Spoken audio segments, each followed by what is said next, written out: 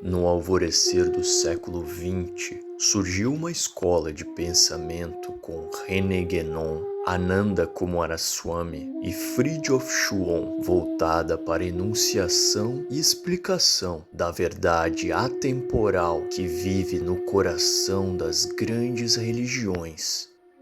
Esta verdade, por vezes referida como Sophia Perennis, encontra sua expressão nas escrituras reveladas, nos ensinamentos dos grandes sábios e nas criações artísticas tradicionais. A filosofia perene diz respeito a tudo o que é mais profundo e comum a todas as grandes religiões. Essa verdade, ou essas verdades, que estão no coração de todas as religiões e que sempre estiveram e sempre estarão. É conhecida pelo nome, como eu disse, de religio perennis ou filosofia perene. A ideia de que todas as principais religiões do mundo têm raiz em uma única fonte divina, um único princípio divino. E a ideia é que, como uma flor perene que floresce todos os anos, esta única fonte de toda a sabedoria desabrochou, por assim dizer, ao longo da história. E as principais religiões, hinduísmo, budismo, taoísmo, judaísmo, cristianismo, islã, são entendidos como florescimentos dessa sabedoria. Perene, claro, significa literalmente ano após ano. Em outras palavras, algo que está sempre lá. Então, a filosofia perene é a filosofia intemporal, a filosofia que tem estado disponível para nós desde o início dos tempos. Um conjunto de verdades, de princípios que são inalteráveis pelo tempo. Não são contingentes, não são produzidos por uma cultura ou outra. Não são ideias que surgiram em uma formação histórica particular. Portanto, do ponto de vista que estamos discutindo aqui, não se trata de tentar pensar em novas ideias, mas de tentar compreender aquelas ideias e princípios que sempre existiram. Pode-se falar sobre todas as religiões terem uma verdade interna comum. De fato, eu diria que se pode falar sobre todas as religiões tendo em comum a verdade, a virtude, a beleza e a oração. Esta é uma formulação que Fridtjof Schuon usou. Sr. Schuon, Sim. O senhor escreveu mais de 25 livros sobre religião e espiritualidade. Seu primeiro livro foi intitulado A Unidade Transcendente das Religiões. Posso perguntar como se deve entender essa unidade? Esta unidade, Sim. porque há apenas uma verdade e essa verdade é obrigada a se manifestar através de diferentes formas, porque estas formas são possibilidades. Diferentes possibilidades, é como a língua, temos diferentes línguas, diferentes etnias, diferentes tempos. Satya Yuga, Dwapara Yuga, Treta Yuga, Kali Yuga. Então a mentalidade muda. Ariano não é semita. Um mongol não é um indiano. E assim por diante. A metafísica, então, é a verdade por trás dos significados? Sim. A única verdade por trás das diferentes expressões. A relação da filosofia perene com as religiões históricas é como a relação da essência única para suas diferentes formas. Se você pensar no yin-yang dos chineses, ou na charrada dos muçulmanos, ou se preferir, no início do Evangelho de São João. No princípio era o Verbo, e o Verbo estava com Deus, e o Verbo se fez carne e habitou entre nós. Estas são todas expressões de diferentes tradições que são muito fundamentais, são expressões de uma verdade fundamental, sobre a qual muitas outras verdades ou muitos aspectos da verdade se tornam evidentes. Tudo o mais procede dessas verdades muito fundamentais, e isso é a relação semelhante entre a essência única e suas diferentes formas, uma estando em um meio chinês e outra em um meio muçulmano do Oriente Próximo, e assim por diante. Então, o que realmente importa quando se vai ao cerne da questão é quem Deus é. Quem é o homem e qual é a relação entre os dois? A religião está aí para ligar o homem de volta a Deus. E de fato é isso que a origem da palavra religião significa, ligar. Então, ao longo do tempo, Deus, é claro, é o mesmo. E se aceitarmos que o homem é feito à imagem de Deus, a essência desses ensinamentos é a mesma, nunca muda. A filosofia perene incorpora verdades universais sobre as quais nenhum povo ou época pode reivindicar a filiação exclusiva. Existe apenas uma mitologia, uma iconografia e uma verdade, aquela proveniente de uma sabedoria não criada, que tem sido transmitida desde os tempos imemoriais.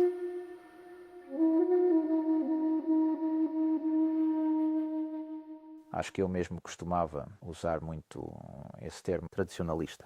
E, na verdade, o meu primeiro livro se chamava Tradicionalismo. É um termo com o qual me sinto menos confortável agora, porque acho que é mais limitado do que perennialista. Tradição é certamente uma das ideias-chave, tanto em Guénon quanto Chuan, e a ideia básica é que a tradição é mais ou menos sinónima da filosofia perene, que a tradição com T maiúsculo é a verdade, consagrada na filosofia perene, disponível em todos os tempos, a todo tipo de homens e mulheres ao longo da história, onde quer que se encontrem. A tradição fala a cada homem na língua que ele pode entender, desde que esteja disposto a ouvir. Essa ressalva é crucial, porque a tradição, repetimos, não pode falir. É mais da falência do homem que devemos tratar. Ele que perdeu a intuição do sobrenatural e o sentido do sagrado. Fridtjof Schuon. Para colocar de forma simples, as tradições realmente são a espiritualidade no coração das grandes religiões. Diferentes tradições, hindu, chinesa, cristã, islâmica, que emergiram de uma revelação divina e levaram a estabelecer um modo de vida particular, uma civilização.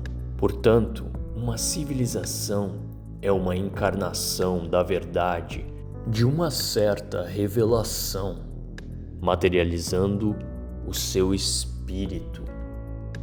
Então, um tradicionalista acredita na sabedoria primordial e na validade das diferentes tradições religiosas, porque todas elas vêm de Deus. É a tradição que transmite o sagrado e garante a validade espiritual das formas. Todos que comungam com a tradição ganham um poder secreto, determinando as artes e os saberes, até nas atividades e objetos simples, que não incluem nada de particularmente sagrado. E assim, forma-se a estética que reveste como uma aura cada civilização. Recentemente cheguei à conclusão de que perennialista é um termo mais satisfatório, embora, claro, não esteja isento de problemas também, porque na mente popular a expressão a filosofia perene está associada, claro, a Huxley e ao livro de Huxley dos anos 1940, A Filosofia Perene, um livro excelente de muitas maneiras, mas em outras um tanto confuso e idiosincrático. E também há vários movimentos quase espirituais, quase religiosos, que reivindicam para uma filosofia perene.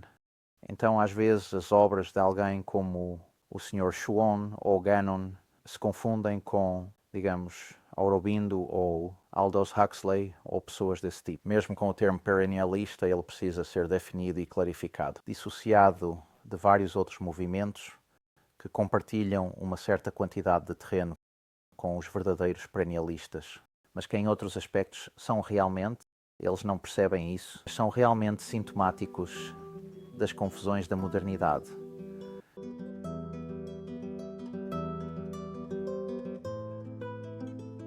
Penso que, geralmente, o nome da escola de pensamento ou perspectiva intelectual só aparece algum tempo depois que essa perspectiva já foi articulada. No caso da escola perennialista, os fundadores não estavam particularmente interessados em títulos, mas na essência do conhecimento. A escola perennialista é uma escola que foi de fato iniciada por René Guénon como o primeiro escritor já nos anos 20. Ele escreveu A Crise do Mundo Moderno, e a qual mais tarde escritores como Friedrich Schwann, Ananda Coomaraswamy, Martin Lynx e muitos outros se juntaram no sentido de que todos expressaram as mesmas opiniões sobre o tempo em que vivemos e sobre a verdade em suas muitas facetas.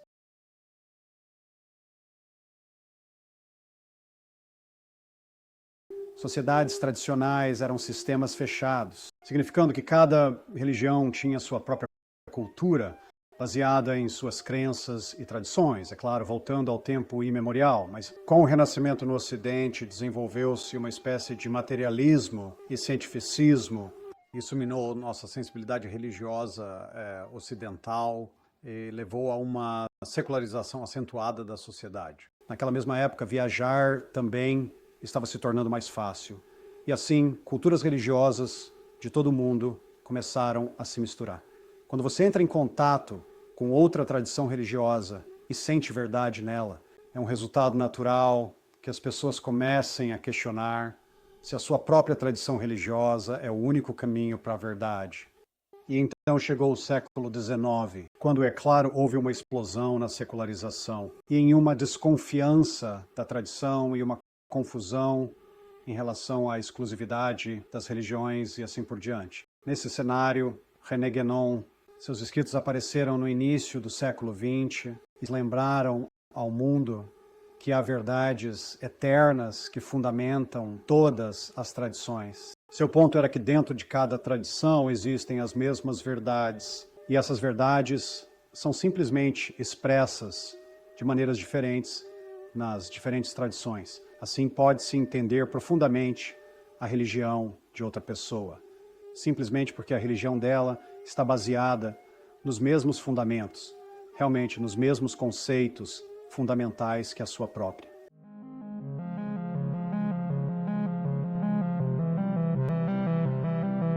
René Guénon foi o primeiro a escrever criticando o mundo moderno, colocando-o onde pertence, ou seja, no final do que os hindus chamam de Kali Yuga, a quarta era, e depois a falar sobre metafísica, a realidade última e suas incontáveis modalidades e atributos e aspectos. Então, em primeiro lugar, ele limpou o terreno, ao afirmar que o mundo moderno é algo bastante incomum e extraordinário na vida da humanidade. Tendo feito uma tábua rasa, ele construiu uma compreensão do que significa tradição, do que significa religião. Seu trabalho é um tremendo trabalho que levou milhares de pessoas à verdade, e especialmente os escritos de Guénon sobre simbolismo são realmente notáveis. E muito do seu ensinamento tinha uma nuance hindu ou uma nuance taoísta. A visão de Guénon era que a modernidade é realmente uma espécie de negação, que toda a cosmovisão moderna é, em certo sentido, construída sobre a ignorância. É a negação do transcendente e a negação da metafísica, uma espécie de nivelamento de nosso entendimento da realidade para um nível horizontal e profano, de modo que tudo o que é vertical, por assim dizer, é erradicado.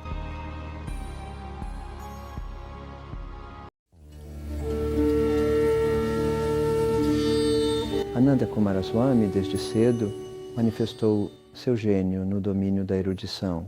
Ele dedicou-se principalmente à história da arte indiana e indonésia, e é expresso nos títulos de um dos seus primeiros livros. Relativamente tarde em sua vida, ele descobriu os escritos de René Guénon. Os escritos de Guénon abriram para ele a perspectiva da visão tradicionalista, e ele se tornou um grande expoente. Ele sempre dizia que acreditava na filosofia perene, e isso era essencialmente o fruto da sua busca pela verdade em uma variedade de lugares e maneiras. Ele certamente acreditava que a verdade sempre esteve conosco, embora frequentemente renovada por uma descida divina, de uma forma ou de outra, à medida que o mundo envelhecia e as pessoas esqueciam essas verdades perenes, Deus, em sua misericórdia, as renovaria da maneira mais eficaz, e eu acho que ele sentia isso. Friedrich Schwann é o autor abrangente e mais proeminente da escola tradicional, pois ele não apenas escreveu sobre arte e metafísica e o mundo moderno, mas também escreveu extensivamente sobre o que significa ser humano, no sentido de homens e mulheres, de ser um ser humano. Qual é a nossa vocação? Por que estamos na Terra? E ele descreveu os vários caminhos pelos quais retornamos ao divino. Se seguirmos nossa vocação... Não há nada em Guénon que não se encontra em Chuon. Há muito em Chuon que não se encontra em Guénon. Para Chuon, o grande erro da filosofia ocidental moderna após a Idade Média foi separar a razão do intelecto. Essa é a faculdade de raciocínio na mente humana a partir do intelecto e confundir os dois. Não apenas separá-lo, mas reduzir o intelecto à razão.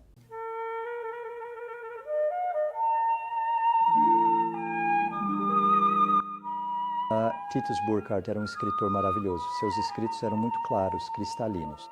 Ele mesmo era como um cristal. Ele deu uma contribuição escrevendo sobre arte islâmica e metafísica islâmica e religião, mas ele também foi um desses ímãs a quem todos os outros se sentem atraídos. Titus Burckhardt tendia a se especializar em assuntos cosmológicos. Ele lidava com a astrologia espiritual de Muhammad ibn Arabi e escreveu um livro sobre alquimia, o simbolismo espiritual da metalurgia. E isso posso chamar assim, uma maravilhosa revelação sobre o que este assunto, um tanto misterioso e obscuro da alquimia, realmente significa. O outro aspecto do trabalho de Burckhardt é a sua análise do cientificismo e suas muitas ramificações na vida moderna, em particular o ensaio Cosmologia e Ciência Moderna, onde ele diz o que mais precisa ser dito sobre a ciência moderna em geral e sobre algumas de suas manifestações particulares, especialmente o evolucionismo e o psicologismo. Ele era um especialista em arte tradicional, pode-se considerar isso como pertencente ao domínio da cosmologia, arte sagrada.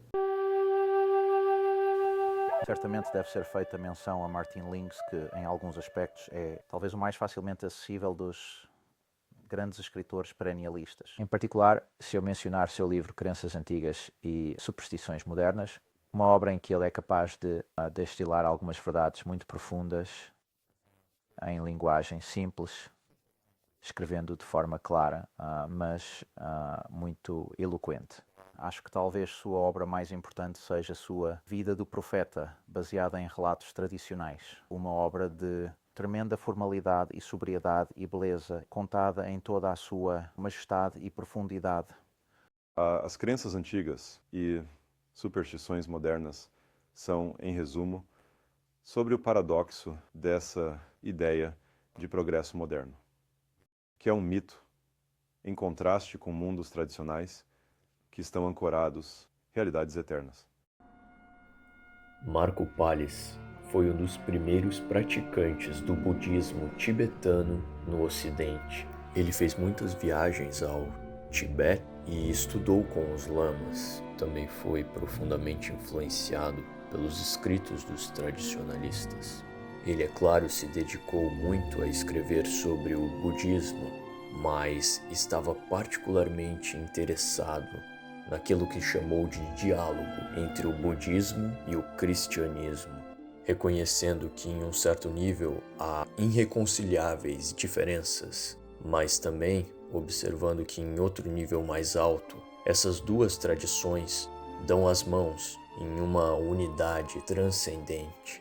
Na época dos primeiros escritos de Pallas, a tradição tibetana estava muito pouco conhecida no Ocidente. Aqueles que sabiam algo sobre isso tendiam a ter uma visão um tanto preconceituosa, considerando algum tipo de feitiçaria supersticiosa. Lord Northbourne chegou ao perennialismo através do seu interesse em agricultura.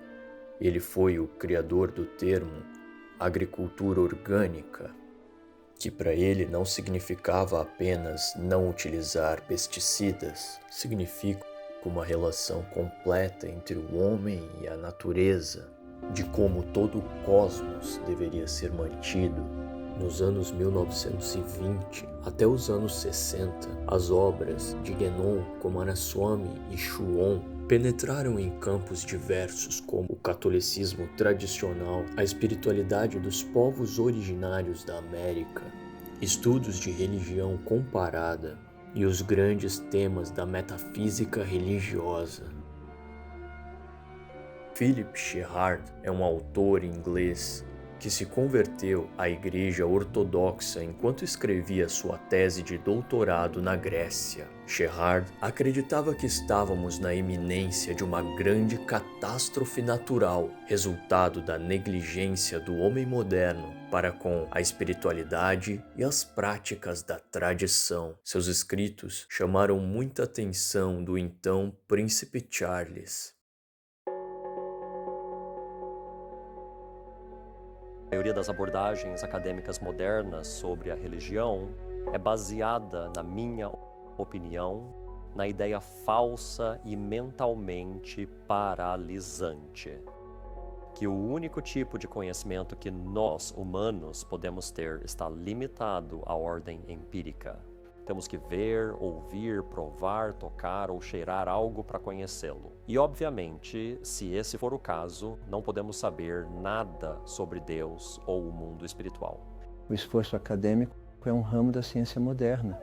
E o problema com a ciência moderna não é que nos diga a verdade sobre átomos. O problema com a ciência moderna é que, consciente ou inconscientemente, exclui níveis superiores de realidade desde o início. Portanto, nunca pode alcançar níveis mais elevados de realidade no final. Os estudiosos modernos que têm esse viés empírico estão essencialmente limitados a fazer uma das três coisas. O primeiro simplesmente vê a religião como um disparate e passa o tempo desmascarando-a de forma cínica e cética, como algo que é uma espécie de resíduo do passado. O segundo grupo de estudiosos diria que não, a religião tem certo valor positivo, mas esse valor é ainda estritamente histórico, horizontal e social. As religiões promovem virtude, honestidade, justiça e assim por diante. E então, um terceiro grupo seriam eles mesmos crentes em Deus, mas sentiriam que precisam proteger essa crença de seus alunos como os outros estudiosos, falando apenas sobre questões históricas, a transmissão de textos sagrados ao longo do tempo, evidências arqueológicas de sítios antigos e assim por diante. Certa vez, Schwann referiu-se a essas coisas dizendo que a investigação moderna começa com a dúvida e a sabedoria antiga começava pela certeza.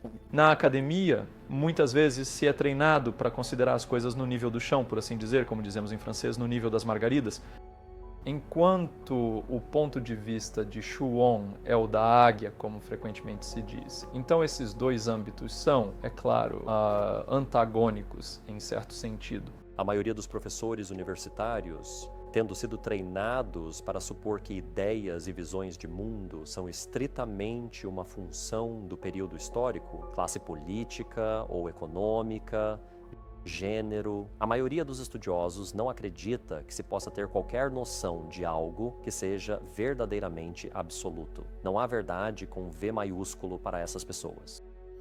Não sou relativista. Hoje em dia, todos os académicos são relativistas. Sou absolutista. Essa é a diferença, veja. Eu acredito na verdade e os académicos oficiais não acreditam na verdade. O estudo perene começa com a convicção, como diria Fridtjof Schwann, de que o homem é feito para o absoluto. Em outras palavras, que temos a capacidade de conhecer Deus diretamente.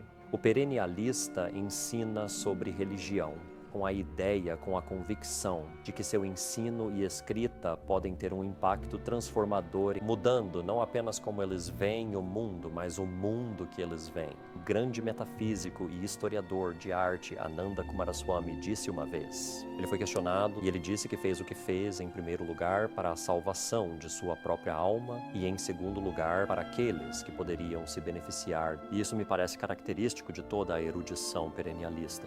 Friedrich Schwann, ele estava interessado em reviver a arte de pensar corretamente e dirigiu os seus livros ao público ocidental inteligente, cuja inteligência não havia atrofiado pelas perspectivas limitadas das filosofias modernas e afins, cuja inteligência não estava totalmente divorciada do sagrado. Seus escritos tentavam abordar as pessoas atraídas pelo sagrado e o funcionamento da inteligência quando juntos. A maioria dos estudantes está aberta à ideia de que há uma verdade, algo que é por trás, abaixo ou além deste mundo de fatos e mudanças. E esses estudantes respondem de forma muito positiva, eu diria, em termos gerais, a uma perspectiva perene ou uma abordagem perene à religião e filosofia, arte sacra e simbolismo e assim por diante. Como exemplo, acho que a ideia característica de Fridtjof Schuon de que há uma unidade transcendente das religiões funciona maravilhosamente como um marco na minha aula introdutória sobre religiões e também uso seu ensinamento de que toda religião é uma combinação de doutrina e método, de teoria e prática. Também seu ensinamento de que a vida espiritual é uma combinação de verdade, virtude, beleza, oração. Essas percepções funcionam muito bem nesse nível de ensino. Não é muito difícil encontrar filósofos modernos da religião que escrevem sobre pluralismo e sobre aceitar outras religiões como legítimas e quase inevitavelmente defendem a tolerância, mas o que eles realmente estão dizendo é que nenhuma religião pode ter plena posse da verdade, mas que muitas religiões podem ter vários elementos da verdade nelas. Então, esses filósofos modernos podem defender com segurança a tolerância entre as religiões, já que todas são iguais como receptáculos imperfeitos da verdade. Esse tipo de abordagem pode parecer esclarecida à primeira vista, mas baseia-se em uma limitação do escopo de cada tradição religiosa. Parte do princípio de que nenhuma delas pode transmitir a verdade plena e, portanto, também o método espiritual completo e realmente adequado. Cada uma é igualmente inadequada e, assim, faz-se uma medida igual de tolerância. Agora, tolerância não é compreensão. A abordagem dos perennialistas é diferente. Um filósofo perennialista ensina que cada religião possui a verdade completa. Esta verdade plena existe no núcleo de cada um, mas sobre essa base, um sistema de expressões da única verdade repousa. Assim, se você chegar à essência subjacente de sua própria tradição religiosa, poderá entender mais plenamente os outros, porque as tradições deles procedem da mesma verdade subjacente que a sua. Essa é a única maneira real de ter um diálogo interreligioso válido. O objetivo principal do pensamento perennialista é demonstrar qual é a verdade subjacente dentro das diferentes formas de espiritualidade e examinar como e por que ela é expressa de uma maneira específica para aquele segmento da humanidade. Agora, tudo isso explica por que Fridtjof Schuon não gosta da ideia de ecumenismo, mas em vez disso ele fala de ecumenismo esotérico. Isto é, que as dimensões esotéricas de uma religião, que são necessariamente a raiz da religião, procedem de uma única verdade. O ecumenismo esotérico, então, implica que a forma de as religiões atravessarem uma ponte para outras é através da compreensão em profundidade da essência que vem de Deus, que cada uma compartilha com as outras. Penso que há um interesse honesto e amplo hoje, há um desejo de aceitar a validade de outras religiões, mas também de entender as suas práticas. É muito fácil dizer: tudo é válido. Difícil é contemplar as múltiplas manifestações com sinceridade. A abordagem perennialista e tradicionalista permite isso. Acho que as pessoas mais jovens estão observando vários fenômenos da nova era, por um lado, e correntes fundamentalistas ou exclusivistas por outro, e estão em busca de um caminho do meio para evitar os dois extremos, a aceitação de tudo com falta de conteúdo ou a firmeza de direção fechada e totalmente exclusivista. Martin Lynch escreveu: religiões podem ser comparadas em seus aspectos exotéricos a diferentes pontos na circunferência de um círculo, e em seus caminhos esotéricos ou místicos a raios que levam desses pontos até o centro único que representa a verdade divina. Esta imagem mostra o exoterismo como ponto de partida necessário para o misticismo. Enquanto os diferentes exoterismos podem estar relativamente distantes uns dos outros, os misticismos estão cada vez mais próximos, pois em última instância convergem para o mesmo ponto central. Os autores fundadores da escola perennialista estavam unidos em sua lealdade para com a verdade eterna e devotaram suas obras a reacender na humanidade a memória da tradição. Sua mensagem e propósito talvez possam ser melhor expressos nas palavras do proeminente Fridtjof Schuon. De fato, tudo já foi dito, embora esteja longe de ser o caso de que todos tenham entendido. Assim, não é uma questão de apresentar novas verdades. O que é preciso no nosso tempo e em todos os tempos, na medida em que nos afastamos da origem da revelação, é prover aqueles que buscam com chaves moldadas novas mais uma vez, chaves não melhores que as antigas, meramente mais elaboradas e reflexivas, para redescobrir a verdade escrita no âmago do próprio Espírito.